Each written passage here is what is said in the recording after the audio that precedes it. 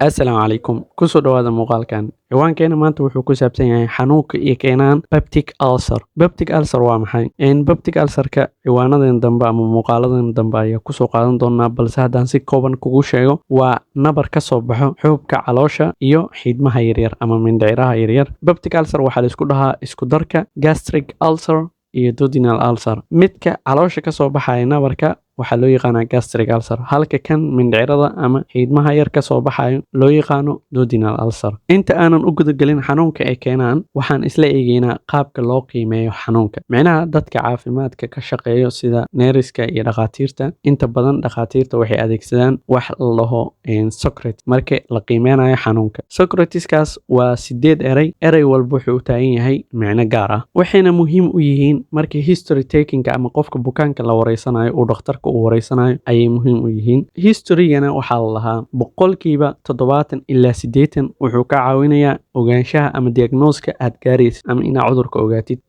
Haddii lagu daro physical examination ama baaritaanada qofka aad ku sameynaysid, baaritaanadu ma ahan baaritaanada dhiig in laga qaado ama raajooyin loo diro. Baaritaanada waa kan caadi dhakhtarka uu sameynayo oo physical examination kala dhaho. Kaasna haddii lagu daro waxay ka caawinaysaa labadooda iswata, physicalka iyo history takinga 80% ilaa 90% in aad garato xanuunka ama diagnoska aad gaartid.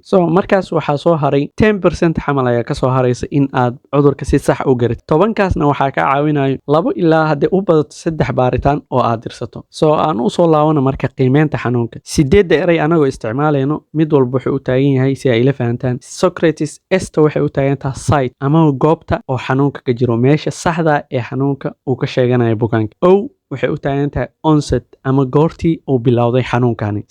Character ayay u taagan tahay. Characterkana waxa waaye qofkani xanuunka uu dareemayo sidii qaab noocee uu u egyahay, macnaha ma mid gubasha, ma mid ku dhegaya, qaab badan ayaa jiro xanuunka. Sidoo kale R waxay u taagan tahay radiatis, macnaha faafida xanuunkani halka u faafaya, ma meeshiisu ku sugan yahay mise meelo kale oo jirka ka mid ah ayuu kusii faafaya. waxay u taagan tahay associated symptoms, calaamadaha ka dhalanaya xanuunka markii qofka xanuunka uu qabto kadib waxyaabo kale oo isku arkaya sida matag, lalabo. waxay u taagan tahay time ama duration, waqtiga ilaa inta uu haynaya xanuunkan.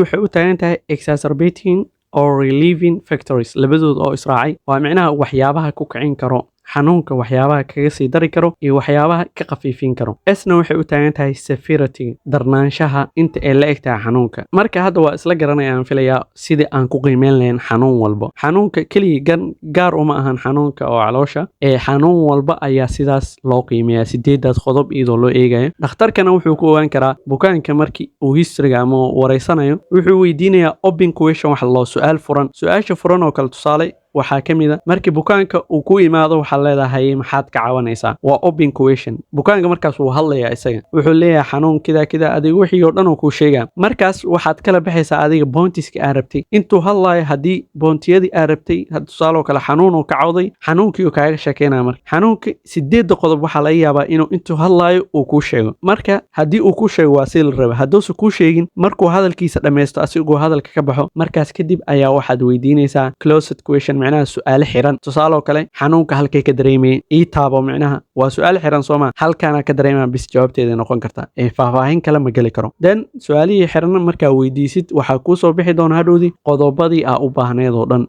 halkaas waxaan ugu bixinaa sharaxaada qaabka aan u qiimeyn lahayn xanuunka. aan isla eegno markaani xanuunka ee keenaan peptic ulcerka inaga oo ku dabaqi doono qodobadii hadda aan isla soo baranay. Xanuunka ugu horeyn waxaan ka bilaabi doonaa ama site, goobta uu xanuunka uu ka dareemayo qofka peptic ulcerka qabo. Siteka uu ka dareemi doono ama goobta waxay noqon doontaa epigastrium. Epigastriumna waxaa la qaybta sare ee caloosha. Qodobka xiga onsetka ama bilowga xanuunka. Xanuunku wuxuu bilowdaa qofka marka uu cunto cuno 15 ilaa 30 daqiiqo gudaheeda marka ay tahay nabarka uu ku yaalo caloosha, gastric ulcer. Halka kan oo mindhicirada ama xiidmaha yar uu ku yaalo oo duodenal ulcerka loo yaqaano uu bilowdo xanuunka 2 ilaa 3 saac kadib. badanaana hurdada ayuu qofka ka soo kiciyaa kan oo duodenal ulcerka. qofka habeenkii marka uu hurdaa in badan ayuu soo kacaa xanuun darteed. taasina waxay muujinaysaa haddii si fudud aan u dhahnane mid cuntada ayaa ku kicinaysa, midna baahida ayaa dhibayso. kan caloosha ku yaalo cuntada ayaa dhibayso, cuntada ayuu ka fogaanayaa. halka kan mindhicirada ku yaalana ay baahida xanuunka u keeni karto. hadduu baahan yahay xanuun ayuu dareemayaa, laakiin marka uu dhargan yahay wax xanuuna ma dareemi doono. Qodobka xiga C ama characterka dabeecadda xanuunka uu leeyahay. Xanuunku waa nuuc gubasho camal waaye. Qofku wuxuu dareemayaa in uu gubanayo kale ayuu ka dareemi doonaa qaybta sare ee caloosha. Qodobka xiga waa R ama radiation. Xanuunka oo peptic ulcerka badanaa ma faafo oo waa localized, micnaha hal meel ayuu ku sugan yahay, balse waxaa dhici karta mararka qaar in qaybta gadaale ee garabka oo qofka xanuunka dareemo. Taasina waxay muujinaysaa penetration in uu sameeyey ulcerka ama nabarka uu ka dhex baxay caloosha oo kadib oo u gudbay beeryaraha ama pancreaska. Taasina waxay keenaysaa in xanuunka uu faafo oo gadaal uu ka dareemo qofka qaybta gadaale ee garabka. Associated symptoms, micnaha xanuunkani wax calaamado oo la socda miyaa jiraan? Ma jiraan. Sidoo kale T waxay u taagan tahay timekii, durationka inta xanuunka uu haynayo qofka. Markii ay gastric ulcer ama nabarka caloosha ku yaalo uu yahay isbuucyo ayuu haynayaa, halka kan mindhicir-yaraha ku yaala duodenal ulcerkana uu hayn karo bil ilaa 2 bilood camal. Sidoo kale xanuunka peptic ulcerka khaasatan gastric ulcerka wuxuu sameeyaa xanuunka mar wuu imaadaa marna wuu baxaa 2 bilood ilaa 3 biloodba mar. Kan kalena duodenal ulcerka isagana 4 bilood ilaa 6 biloodba mar ayuu imaanayaa kadib wuu baxayaa. Exacerbating or relieving factorska. Waxyaabaha ku sii kicinaya xanuunka waxaa ka mid ah cabista sigaarka iyo khamriga iyo cabista kafeega badan iyo shaaha. Sidoo kale xanuunka gastric ulcerka dadka qabo waxaa ku kicinaya cuntada, halka dadka duodenal ulcerka ee qaban ay ku kicinayso cunto la'aanta. Waxyaabaha xanuunka ka yareynayana waxaa ka mid ah anti-acidska drugska oo acidka hoos u dhigayo iyo caanaha.